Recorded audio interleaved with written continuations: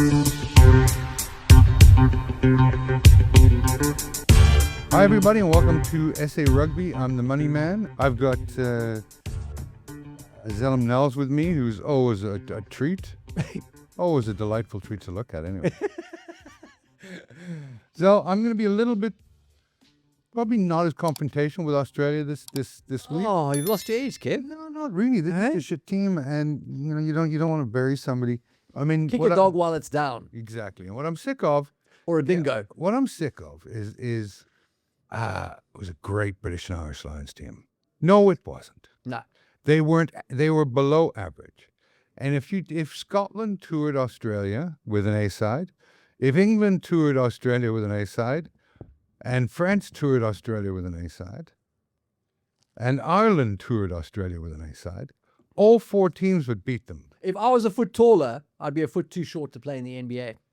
That's true. Ifs and buts, man. No, but I'm just saying that there's You're right. It wasn't a quality. It wasn't a quality British and Irish Lions. Right. Anybody that's fooled themselves into thinking that's probably watched the British and Irish Lions for the first time. Yeah. When I look at guys from like Scott Gibbs and Delalio and all these guys that came in '97 here, what an immense team they were. Sure. Yeah. Sure. So what we're going to get into is Rassie announces his team Monday. Or Tuesday, I can't remember what it was. Monday. Why did he announce his team Monday? I don't know. Trying to get inside the head of Rassie is not a good idea. You're only going to lose in that one. Only he knows what he's doing. If I was guessing, I would say it's a show of confidence. It kind of perpetuates the mind games that he's excellent at engaging in. Well, I think there's two reasons for it. The first reason is the communication that he has with the team. That he announces, you're playing.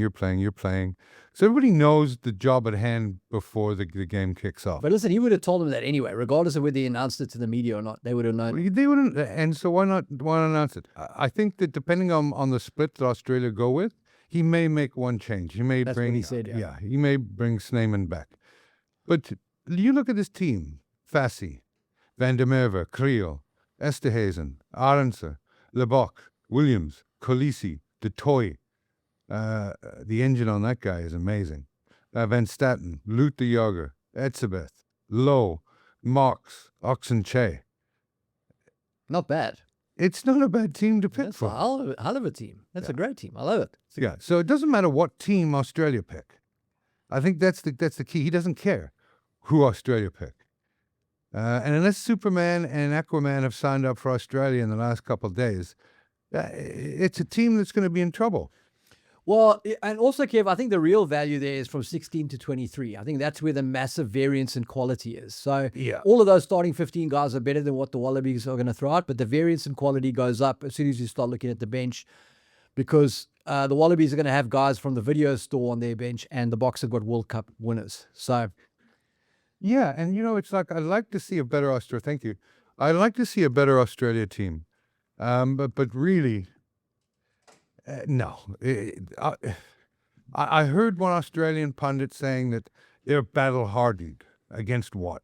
An average British and Irish Lions team? Well, what I would say for Australia is if they'd played Japan, Italy, and Fiji before playing the Boks, you'd question, are these guys ready to do it, right? Against that British and Irish Lions team, if nothing else, that was a team that was motivated to come to Australia and win the series, and that's what they achieved. So but the intensity was there. In the battles of the team, meaning weekly, that they're playing against, they're elevated against world-class athletes, and they're practicing against anybody better than the British and Irish Lions. That's the truth. That's in my fact. That is the truth. Now, let's get down to it. Let's get down to it. Let's get down. Let's get down to business. The bookies, Yep. who are very seldom wrong, but I think they're You right. make a living with them being wrong, don't you? I know I do. I know. And I have to. As soon as we said that the Boks were 4-1, the next day after my video, they went into 2.2. I mean, how they were ever 4-1 is But people watch the show. insane. Mostly the bookies. 18.5 points, South Africa are favored. That means in order to win your money and you back the Boks, they've got to win by 19 or more. Like a bridge over troubled water, it's a bridge too far. I agree with that. I expect Australia to be keeping it close, slowing it down, just not playing with reckless abandon. And I am backing Australia to not lose by 18.5 points. Such is my reverence for their amazing team. From a great country. No, I think this. But what I will say with there, Kev, is like the Boks could win this game by 30 points and I would not be surprised at all. No, They're double world champions. They're playing an Australia team that's overhyped, that is on a rebuild phase. It's not a great Australian team. And so if the game flow goes that way and the Boks, from what it looks like, they're going to play a speed game, if it comes off, I could totally see them putting on a record score against this Australia side. But I do take into account things like this team has never played together.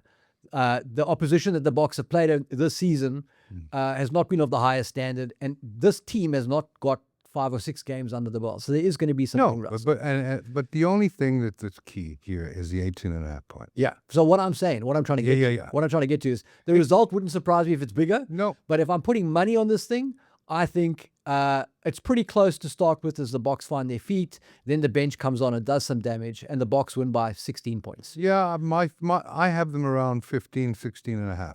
So whenever I don't care if I win or lose, the odds, the probable outcome tells me it's going to be around 14 to 16 points. Yeah. So I have to take that. That's a 4.5 out of 18.5. That's about 23%. So I'll take Australia every day to not get blown Cover the spread. out. Yeah. Cover totally, the spread. Totally. Now, what it means by covering the spread, if you bet on Australia to win, it means that they can't lose by 19 or more. Yeah. So they start with 18.5 points on the board imaginarily to start the game. Yeah. If you bet on South Africa, they start minus 18.5 Love it. to start the game ordinarily. So that's the nature of betting. Yeah. And that's about even money, 1.87, 1.9. I'm taking that for 3,000 for Australia to cover 18.5. Great call. Yeah, it's not a bad call. We both think the Boks are going to win. Yes. I mean, there's no chance Australia's winning this game. I can tell you If that. Australia wins, I will bake humble pie and I'll have some on Tuesday when we do our next show. I mean, there was a time when you would wrap your car, Kev. I think people need more than just some humble pie. I'm thinking a tattoo, face tattoo. But okay. But if Australia win this game... Don't do it. If Australia win this game... You wear your double-breasted jacket. No way, I'll never wear that again. Okay. Not the beauty such. If Australia win, I will get an Australian tattoo. Whew. How's that? That's great. That is great. Yeah? Yeah. But I don't think I'll be getting it. You won't be. No. No. So I wish I mean, you have incentivized Rusty to throw this game, though. I have, and I'll have to call him after and say, listen, man, come on. No one wants an Australian. An Australian tattoo is like an English tattoo to me. I'll have to get it done on my ass. But yeah, good luck to both teams. Yep. Should be much better than the games we've played. From a competitive point of view, I hope Australia step up and cover the 18.5. I don't think they'll win. Yeah, they got no chance of that. And if they do, congratulations. Like I'm sick of all people saying, well, don't get ahead of yourself. Don't do this. Don't do that. All I do is take an opinion on something that's current and make a decision. That's all I do. At least I put it out there and it's on my Instagram, on my Facebook. It never goes away. It'll either age well or it won't age well. Talking about putting it out there. Easy. The All Blacks are out there in Cordoba. They're playing Argentina, 11 o'clock kickoff Saturday night in South Africa. Yeah.